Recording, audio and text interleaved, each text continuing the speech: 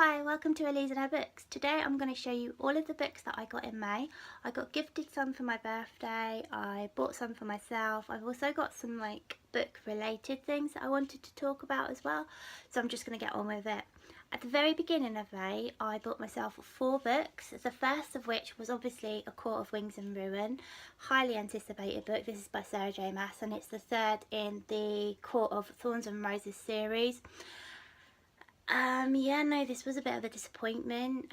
I've always said, oh, my favourite author is Sarah J Maas. I've always loved her books, but this was just such a disappointment. I'm going to continue reading her books, but with the hope that it improves from this, because this was just not for me. The next book I bought was Into the Water by Paula Hawkins. She wrote The Girl on the Train, which I didn't really love. It wasn't like a 5-star for me or anything. I'm looking forward to this one. The synopsis sounds a lot more my sort of thing.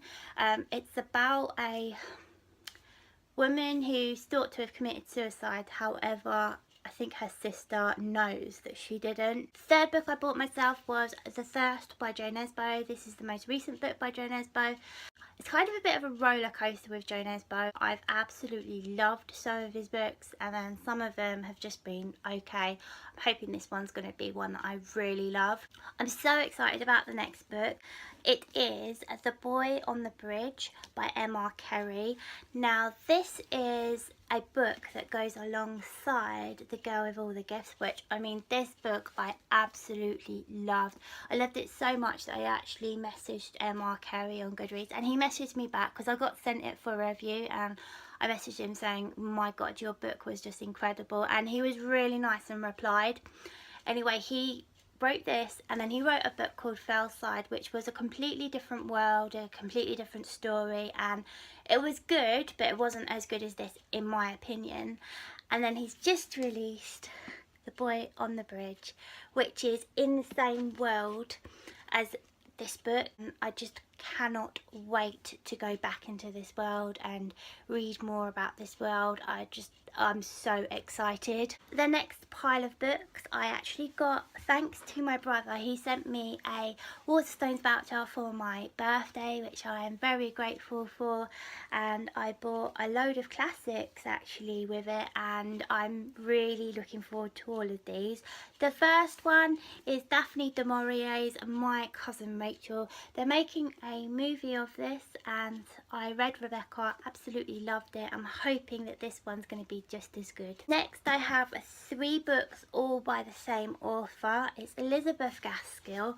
I have Mary Barton, Ruth and North and South. She was a friend of Charlotte Bronte's, and obviously I love the Bronte sisters, and anyone that was a friend of the Bronte sisters, I feel like I should read their work too. So yeah, I'm gradually collecting all of Elizabeth Gaskell's work and I can't wait to read it all. And then also with the voucher I got Evelina by Frances Burney, and then Silas Marner by George Eliot, and finally just a little collection of Emily Bronte's poems. This isn't all of them, this is just like a select few. It's called The Night is Darkening Around Me. And finally, as I mentioned in my last video, every year for my birthday I go to Haworth, which is where the Bronte sisters grew up and where they lived, and I visit the Bronte parsonage every year, and I visit Haworth and I walk on the moors, and I just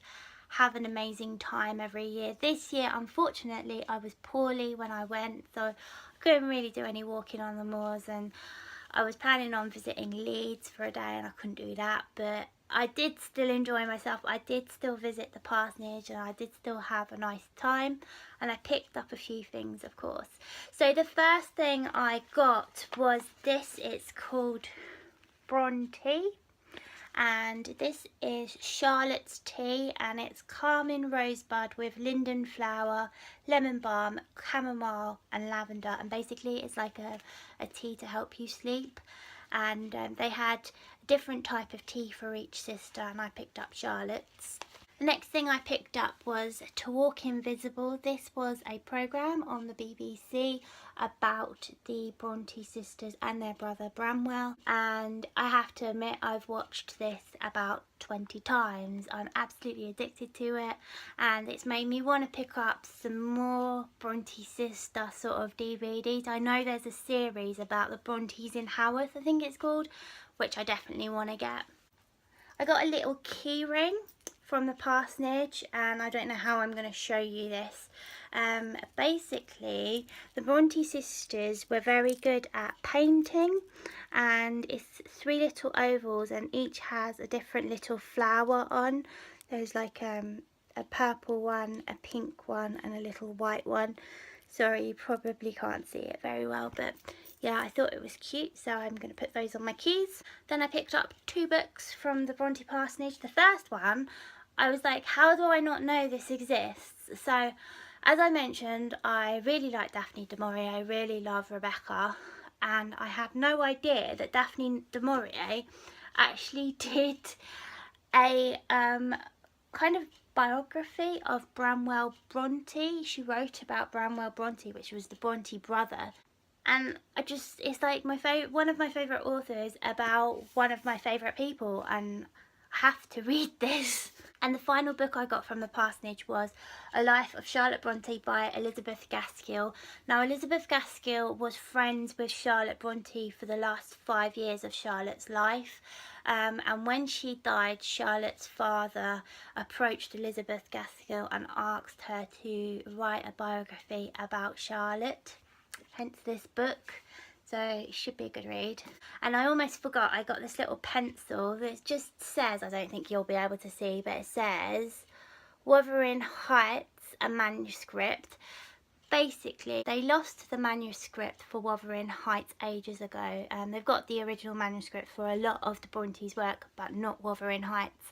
So what they're doing for Emily is they're getting members of the public to write a line of Wuthering Heights, and they're going to bind it up, and they're basically creating a manuscript for Emily. And I was one of the lucky people that got to write in. And I told the guy that it was my birthday, so instead of writing 1 line, I got to write 2. So yeah, no, it was an amazing feeling. I've put pictures on my Instagram if you're interested, but it was just such a good experience. And then finally, I'd like to show you this little mug that my mum's best friend got me for my birthday. It says Persuasion, Jane Austen, little penguin mug. I've seen these around and I've always wanted one, and I finally got one. And I don't drink out of it, I just kind of keep it on my bookshelf as like a little ornament. So that was everything I got in May. I was absolutely spoiled. I feel very lucky. Thank you to everyone who got me something for my birthday. I hope you're enjoying what you're reading, and I'll see you soon. Bye.